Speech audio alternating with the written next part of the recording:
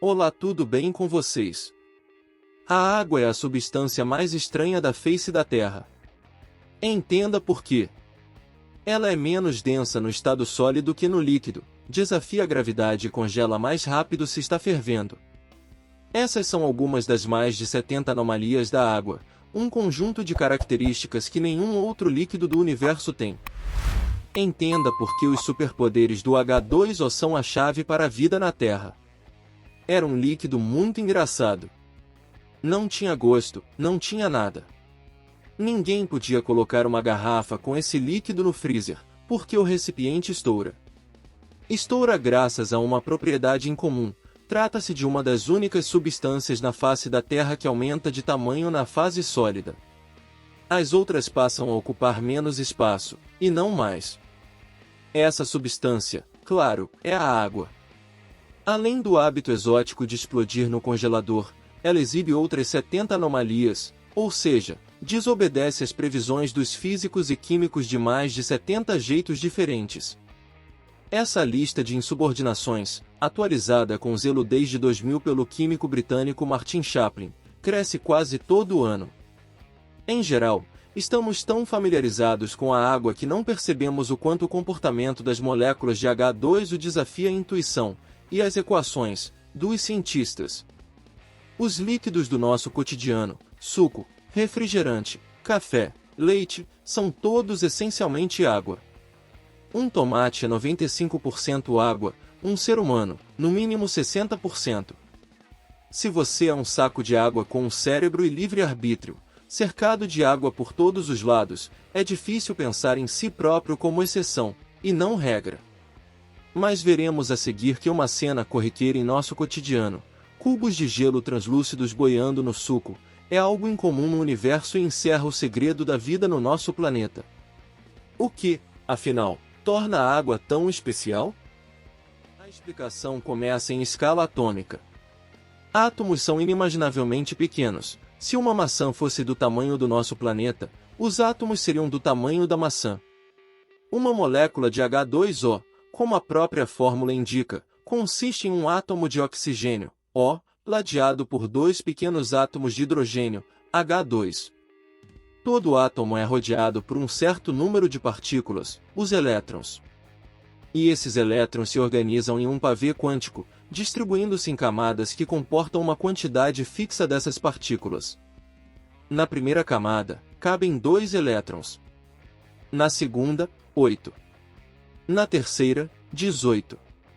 Como o oxigênio tem 8 elétrons, ele coloca 2 na primeira camada e sobram 6 para a segunda, que precisa ter 8. E agora, José? Acabou a bolacha. E não dá para fechar o pavê com algumas bolachas faltando na última camada. O átomo precisa encontrar mais 2 elétrons. A única saída é negociar com outros átomos que também sofrem com a escassez. Por exemplo, o hidrogênio é um pavê de uma bolacha só, com apenas um elétron. Não preenche nem a primeira camada, que precisa de 2 bolachas. Para o oxigênio, é uma boa alternativa se unir a 2 hidrogênios. Cada um deles tem um elétron para oferecer. Da parte dos hidrogênios, tudo certo, eles também precisam de um elétron para cada um. Desse compartilhamento mútuo de elétrons, que os químicos chamam de ligação covalente, nasce a molécula de H2O. O H2O tem a forma de uma letra V, com o oxigênio no vértice e os hidrogênios nas pontas simétricas. O oxigênio fica com todos os elétrons negativos perto de si, o que torna a carga elétrica na base do V ligeiramente negativa. Já os hidrogênios, nas extremidades, ficam um pouco positivos. Isso torna o H2O uma molécula polar, com polos, como uma pilha. A polaridade é o motivo da água dissolver tantas coisas tão facilmente, algo essencial para o funcionamento do seu corpo, que dilui tudo em água, sangue, xixi, suor. Pegue, por exemplo, o sal de cozinha, feito de átomos de cloro e sódio. O sódio é positivo, então curte a ponta negativa. Já o cloro é negativo, então curte a ponta positiva. A água é democrática. Também é promíscua. Os hidrogênios positivos de uma molécula de H2O passam o tempo se sentindo atraídos pelos oxigênio negativos de outra H2O. As duas moléculas dão as mãos rapidamente, um tipo de ligação efêmera chamada ligação de hidrogênio, e depois soltam. Em escala microscópica, um copo d'água é um salão de baile caótico. As moléculas fazem e desfazem as ligações de hidrogênio entre si rapidamente, como parceiros de dança indecisos. Essa tapeçaria de ligações microscópicas confere à água uma tensão superficial incomum, que todos nós presenciamos ao encher um copo até a boca. O líquido avança 2 ou 3 milímetros acima da borda do recipiente, como se estivesse preso por uma película arredondada. Essa película é o que faz uma barrigada na piscina doer tanto, e permite que insetos caminhem na superfície de um lago. Também é ela que está por trás da formação de gotículas de orvalho redondas em pétalas de flores. Essa mania de fazer ligações o tempo todo está por trás de diversos comportamentos anômalos da água, e é o que a torna tão adequada para as necessidades dos seres vivos. Por exemplo, uma árvore tão grande quanto a sequoia, com 90 metros de altura, é capaz de bombear o líquido da raiz até a copa graças à maneira como as moléculas de H2O fazem ligações de hidrogênio entre si e com paredes dos vasos condutores, resistindo à gravidade e puxando umas às outras para cima. Gelo e fogo. O baile microscópio também gera anomalias térmicas. Um líquido qualquer esquenta quando você injeta energia nele e as moléculas ficam agitadas, até se soltarem em forma de vapor. Esquentar água significa quebrar as ligações de hidrogênio para cada H2O se sacudir mais livremente. Mas as ligações insistem. Sempre se refazem. Se não fossem elas, a água seria um gás em temperatura ambiente. De fato, toda molécula parecida com a água é um gás a 20 graus Celsius. Assim, a água demora muito para esquentar. E, uma vez quente, demora para esfriar, porque absorveu muita energia. 1 grama de água precisa de 9 vezes mais energia que 1 grama de ferro para que sua temperatura aumente 1 grau Celsius. É por isso que uma panela no fogo queima sua mão muito antes da água dentro dela começar a ferver. Também é um motivo pelo qual o recheio da tortinha do McDonald's, que contém muito mais água do que a massa, permanece traiçoeiramente quente um tempão após sair do óleo. Os físicos chamam essa propriedade de calor específico, e o da água é um dos mais altos do cosmos. Graças a essa propriedade, os oceanos agem como esponjas de calor, que evitam variações bruscas de temperatura nos litorais. Pela manhã, mesmo que já faça uns 35 graus Celsius na faixa de areia, a água do mar permanece relativamente fria. Isso impede a praia de virar um Saara. No final da tarde, quando o mar finalmente aqueceu, o sol se põe e os papéis se invertem. A água passa a noite toda liberando um ligeiro calorzinho na atmosfera, o que evita uma friaca repentina. Conforme a água esfria, a energia contida no líquido se torna cada vez menor. Menos energia significa menos agitação, e aí as moléculas se aproximam. Moléculas próximas tornam a substância densa. É por isso que a fase sólida da maior parte dos compostos químicos afunda na líquida. A água obedece a essa regra apenas até os 4 graus Celsius. Quando atinge essa temperatura crítica, sua densidade começa a aumentar em vez de diminuir. Eis uma anomalia e tanto. As moléculas se afastam porque estão manobrando para congelar encaixadas em um padrão geométrico hexagonal, como uma colmeia.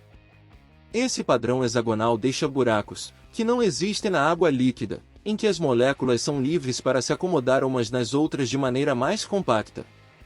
É por isso que o gelo flutua no copo e as garrafas estouram no freezer. Agradeça ao cosmos por essa bizarrice. Se o gelo fosse mais denso que a água, lagos, rios e o próprio oceano congelariam de baixo para cima. E, com o leito congelado, a vida subaquática, que, por boa parte da história da Terra, foi a única vida que houve, teria sido aniquilada nas eras glaciais. Aos 4 graus Celsius, a água começa a se expandir para formar gelo. A água é um dos poucos líquidos que ficam maiores na fase sólida. O gelo hexagonal é o único que existe na natureza. Mas há quase 20 diferentes configurações geométricas que os cristais de gelo podem assumir em condições exóticas de pressão e temperatura, que vão de gelo cúbico a fractais lindíssimos. Essas condições podem ser obtidas artificialmente em laboratório, e algumas delas ocorrem naturalmente em outros planetas e satélites. Se o gelo em si é um mistério multifacetado, o congelamento não deixa por menos.